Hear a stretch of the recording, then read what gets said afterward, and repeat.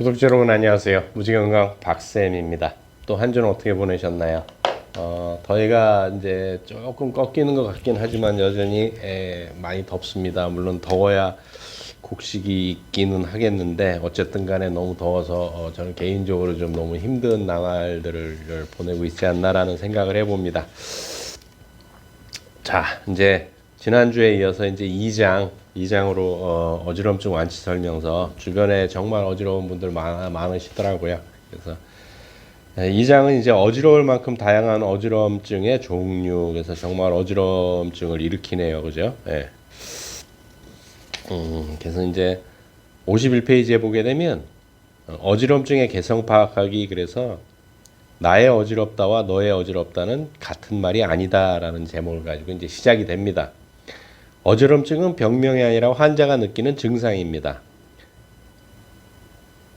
어지럼증의 종류는 여러 가지 방법으로 구분할 수 있습니다. 증상별 구분과 경과별 구분, 원인별 구분이 그것입니다. 어지럼증 증상은 어떤 관점으로 분류하느냐에 따라 전혀 다르게 표현될 수 있습니다. 예를 들면 나는 빙빙 도는 어지럼증이 갑자기 발생했다가 좋아지곤 하는데, 이런 어지럼증이 잊을만 하면 다시 생겨서 어지럼증 클리닉에서 진찰을 받았더니 전전 편두통으로 진단되었다와 같은 식입니다. 네, 이런 식이죠.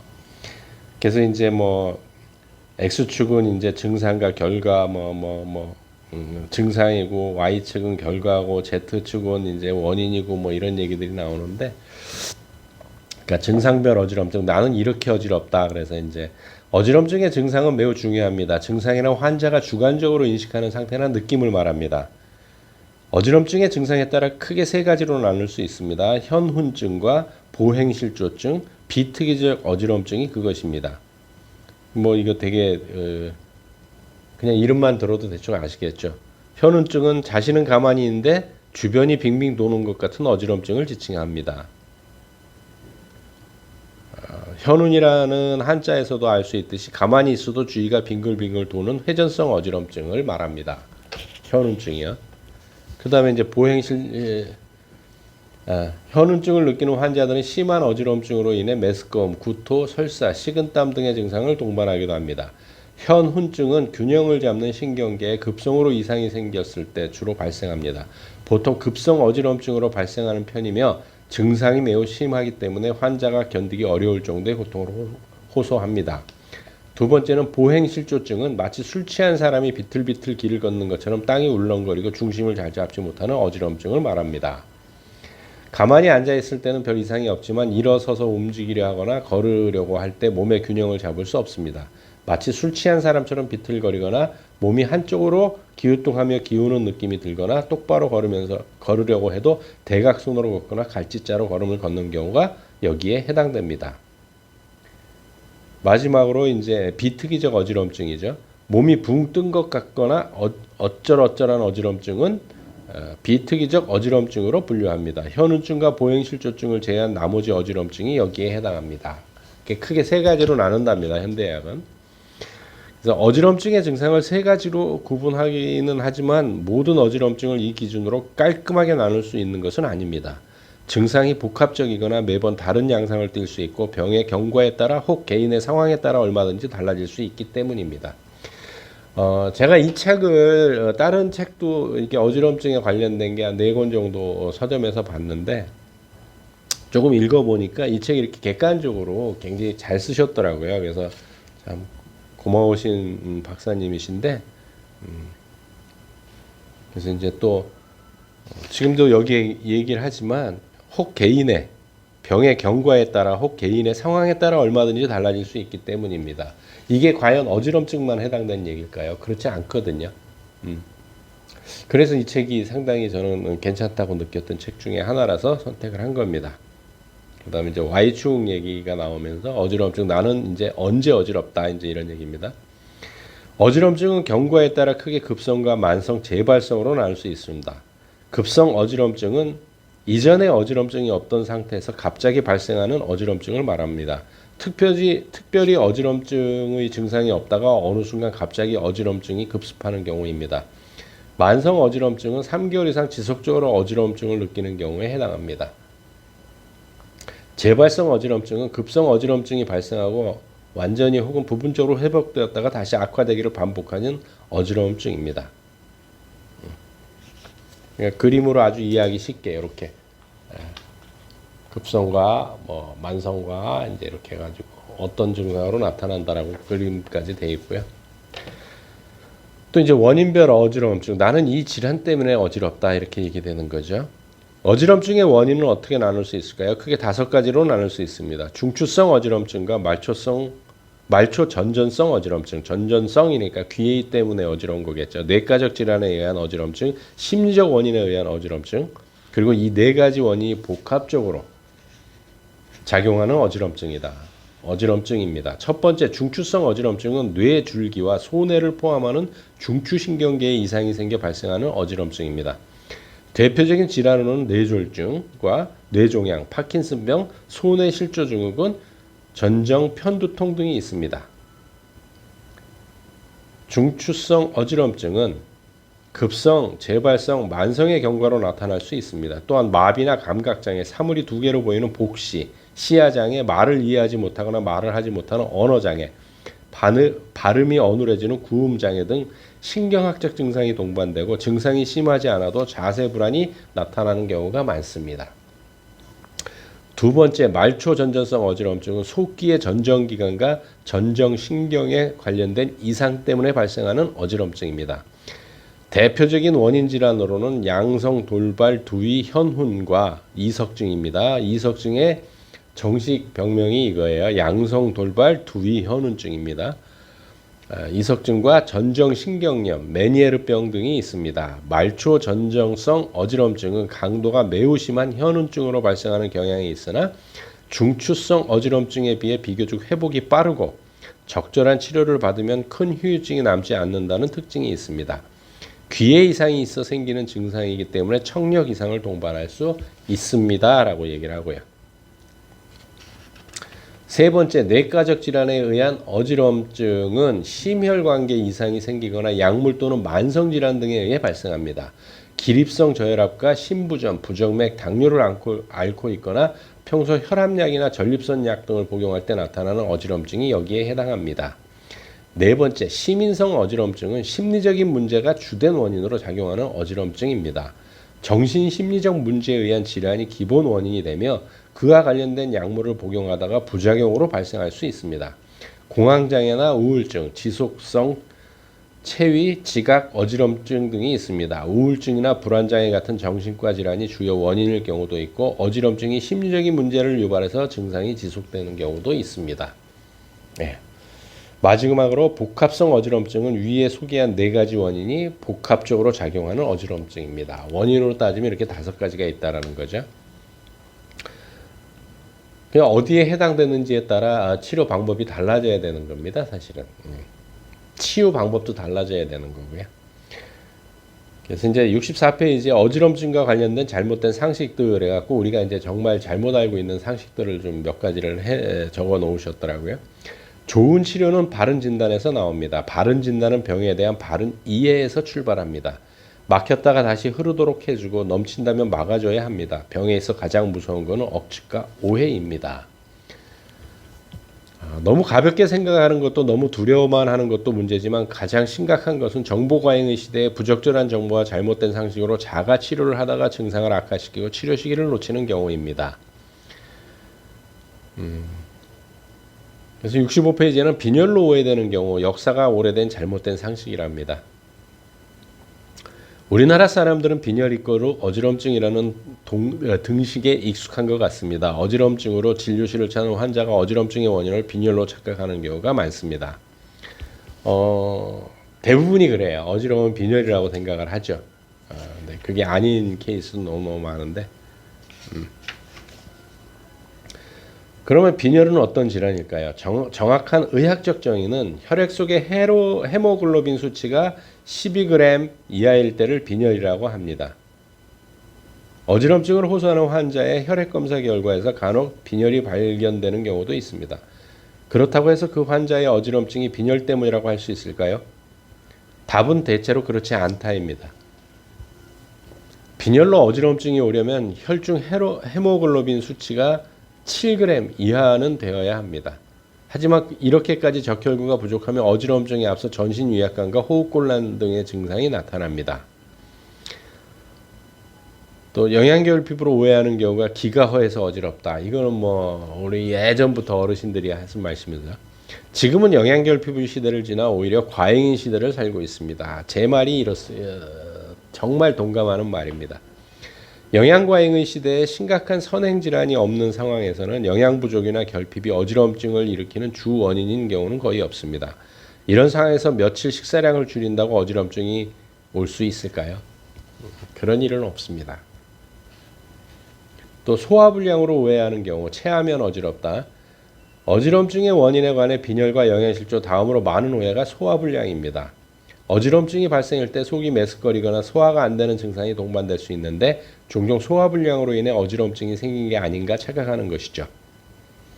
소화불량이나 구토는 어지러움증의 동반 증상일 뿐이지 원인은 아닙니다. 오심과 구토를 동반하는 어지러움증은 증상의 강도가 강하다는 의미이기 때문에 보다 정확한 원인 규명과 진단이 필요하다는 것을 말해줍니다.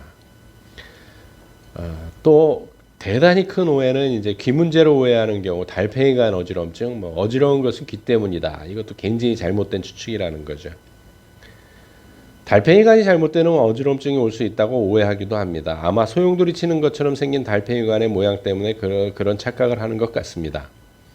달팽이관은 속기에서 청력을 담당하는 부위이기 때문에 어지러움증과는 직접적인 관계가 없습니다. 없는 겁니다. 집에 재밌는 말이 있습니다. 도대체 뭐가 이렇게 복잡하냐? 벌써부터 어지럽다라며 투덜대는 푸념이 들리는 것 같습니다. 그러나 우리가 갈 길이 멉니다. 어지럼증의 기원과 종류에 대해서 알아보았으니 이제부터 본격적으로 어지럼증의 원인이 되는 질환에 대해서 하나씩 살펴보도록 하겠습니다. 지금도 많이 어지러우시죠? 복잡해서요. 그래서 이것만은 꼭 기억하세요 해서 73페이지에 뭐 이렇게 에렉테수가 두 발로 서서 이제 어지럼증이 시작됐다라는 얘기고요. 뭐 또 균형이란 뭐 이런 얘기가 나오고, 또 이제 세 번째가 어지럼증은 진단명이 아니고 증상이다. 어지럽다는 말은 다양한 증상을 포함한다. 그다음에 어지럼증은 빈혈이나 영양 부족으로 인해 발생하는 것이 아니다. 소화불량 때문에 생기는 것도 아니다. 또한 귀 문제는 어지럼증의 여러 원인 중 일부에 불과하다. 그리고 그 일부의 원인 중에 하나가 달팽이관은 아니다라는 얘기예요. 그래서 이제 1부가 끝나고 이제 2부가 시작이 됩니다. 나는 도대체 왜 어지러운 걸까? 그렇죠. 그게 가장 이제 궁금한 내용들이죠, 사실은. 그래서 이제 3장 중추성 어지러움, 그래서 뇌의 이상으로 인한 어지럼증. 앞에 지난주에 말씀드렸지만은 이제 어떤 게 있었어요? 손해에 문제가 생기면, 뇌 쪽에 문제가 생기면 어지럼증이 생긴다 그랬죠. 그래서 이제 어떤 병이 생기면 어지럽냐? 그러면 이제 뇌졸중과 어지럼증. 생각지도 못했는데 알고 보니 뇌졸중. 많이 어지럽다라는 건 이제 뇌졸중이 올 수도 있다라는 얘기라는 겁니다. 중풍이라고도 불리는 뇌졸중은 고혈압, 당뇨, 고지혈증처럼 심혈관계 질환을 앓고 있는 노년층에서 자주 발생하는 질환입니다. 인구의 노령화 현상이 지속되면서 뇌졸중 환자 수도 반비례해서 많아지고 있습니다. 일반적으로 뇌졸중하면 반신마비를 먼저 떠올리게 됩니다. 갑자기 팔다리에 마비가 오면 금세 회복된다 해도 누구나 혹시 뇌졸중 아닌가 하고 긴장하게 됩니다. 하지만 어지럼증이 주 증상이라면 여기 앞에 예가 나오는데 정호 씨처럼 뇌졸중은 생각하지도 못하다가 상황이 악화된 후에야 뇌졸중 진단을 받기도 합니다. 그러니까 뇌졸중 때문에도 어지러울 수 있다라는 거죠. 그래서 뇌졸중의 정의를 이제 또 내려놓으셨는데 이 책이 참 친절한 게 이거예요. 이제 일반인이 이해하기 어려운 얘기들을 쉽게 풀어주시면서 이제 이런 것들을 정의를 따박따박 잘 해놓으셨어요. 그래서 참 읽기가 편하더라고요, 책에. 뇌졸중이란 바로 이 뇌혈관의 이상으로 인해 갑자기 발생한 뇌 기능 장애가 24시간 이상 지속되거나 그 전에 사망에 이르는 질환입니다. 즉 뇌혈관의 이상으로 인해 뇌의 혈액 공급에 문제가 생기고 그로 인해 해당 뇌 부위의 기능에 장애가 발생하는 질환입니다. 쉽게 해서 그냥 터지거나 뭐 이런다라는 거죠. 약간 새는 것, 터지는 것 그것에 따라서 뇌 경색이 될 수 있고 뇌 출혈이 될 수 있는 거죠. 여기 또 아주 자세히 또 설명을 해 놓으셨어요. 뇌졸중은 발생 원인에 따라 크게 세 종류가 있습니다. 뇌경색, 뇌출혈, 일관성 허혈 발작 이렇게 이제 해놨고 뇌경색이라는 건 이제 정식 명칭으로는 허혈성 뇌졸중, 예. 뇌출혈은 출혈성 뇌졸중, 일관성 허용 발작은 미니 뇌졸중이라고 하는 겁니다. 뇌졸증이 아니에요. 뇌졸중이에요. 허혈성 그러면 이제 뇌경색을 얘기를 하는 거죠. 살짝 세서 뭐 뇌출혈까지는 아니지만 뇌가 경색이 오는 거죠. 딱딱해진다는 얘기예요. 경색이라는 거. 허혈성 뇌졸중, 즉 뇌경색은 좁아진 뇌혈관이 혈전으로 인해 막히거나 심장에서 떨어져 나온 색전이 뇌혈관을 막아서 발생하는 뇌졸중입니다. 손상된 뇌저주기로 인해 반신마비 등의 증상이 나타나는 것입니다. 뇌경색은 전체 뇌졸중의 80% 정도를 차지할 정도로 주된 뇌졸중의 형태입니다. 또 뇌출혈은 혈관의 약한 부분이 터져 출혈이 발생하는 뇌졸중입니다. 장기간의 고혈압, 당뇨, 흡연 혹은 선천적인 뇌혈관의 문제 등으로 인해 약해진 뇌혈관이 더 이상 압력을 견디지 못하고 파열되어 피가 새어나와 해당 뇌 부분이 손상되는 상태를 말합니다. 일과성 허혈 발작은 일과성이라는 이름처럼 뇌졸중 증상이 발생했다가 24시간 이내에 증상이 사라지는 경우를 말합니다. 이렇게 이제 세 가지 종류의 뇌졸중이 있다라는 거죠. 그래서 이제 뇌졸중의 또 증상을 또 아주 자세히 또 적어 주셨어요. 뇌출혈의 경우에는 마비나 언어장애처럼 대부분 증상이 뚜렷합니다. 그러나 뇌경색이나 일과성 허혈 발작은 뇌혈관에 이상이 발생했지만 크기가 작거나 손상된 위치에 따라 증상이 미미하거나 아예 증상을 느끼지 못하는 경우도 있습니다. 게다가 환자가 자신의 증상에 예민하지 않거나 평소 건강에 신경을 쓰지 않는다면 더욱 아무렇지 않게 넘어갈 수 있죠.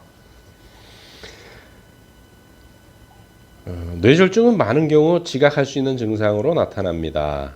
대표적인 증상이 반신마비와 안면마비입니다. 갑자기 한쪽 팔다리에 힘이 빠지고 마비가 오거나 안면이 한쪽으로 일그러져 특정 표정을 지을 수 없게 됩니다. 또는 마비는 없는데 한쪽 감각이 무뎌지거나 저리는 등의 감각장애가 나타날 수 있습니다. 이거 이제 대표적으로 뭐냐면 집에서도 확인하실 수 있으세요. 이런 증상이 있는지 없는지. 거울을 보시고요. 미소를 이렇게 지어보세요. 양쪽 꼬리가 같이 안 올라가고 한쪽만 올라간다. 이건 뇌졸중의 전조 증상이에요. 그러니까 입 같이 미소를 지으면 올라가야 되거든요. 그게 안 되면 좀 위험한 거거든. 또 마비는 없는데 한쪽 감각이 무뎌지거나 또는 저려오는 거. 이것도 예비 증상이에요. 이런 증상이 있으면 빨리 병원을 가셔야 됩니다. 언어장애나 구음장애가 생기기도 하는데 의미 있는 단어를 말하지 못하거나 남이 하는 이야기를 이해하지 못하는 증상.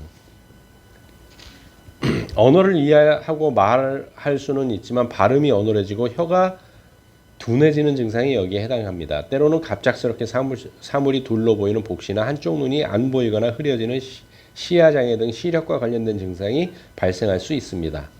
극심한 두통도 발생할 수 있는데 출혈성 뇌졸중과 관련 있는 경우가 흔합니다. 이외에는 의식저하, 기억력 저하, 방향감각 상실 등이 발생할 수 있습니다. 그리고 이 책의 주제인 어지럼증 역시 매우 대표적인 뇌졸중 증상입니다. 그래서 이제 뇌졸중과 어지럼증 얘기가 있는데 균형을 유지하는 데 중요한 역할을 하는 뇌 부위는 뇌줄기와 소뇌입니다.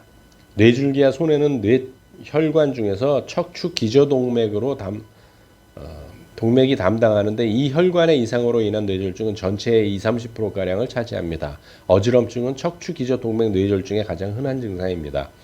척추 기저동맥 이상으로 인한 뇌졸중은 부위에 따라 어지러움증만 나타날 수도 있고 반신마비 혹은 사지마비, 복시, 시야장애, 의식장애, 청력장애 등의 신경학적 증상과 함께 발생할 수도 있습니다. 그러게요. 이런 게 이제 뭐 하고 속기와 관련된 말초전정계의 어지럼증은 국소신경 증상은 없으며 어지럼증만 발생할 수도 있고 청력감소, 이명, 귀 먹먹함 등이 동반될 수 있습니다.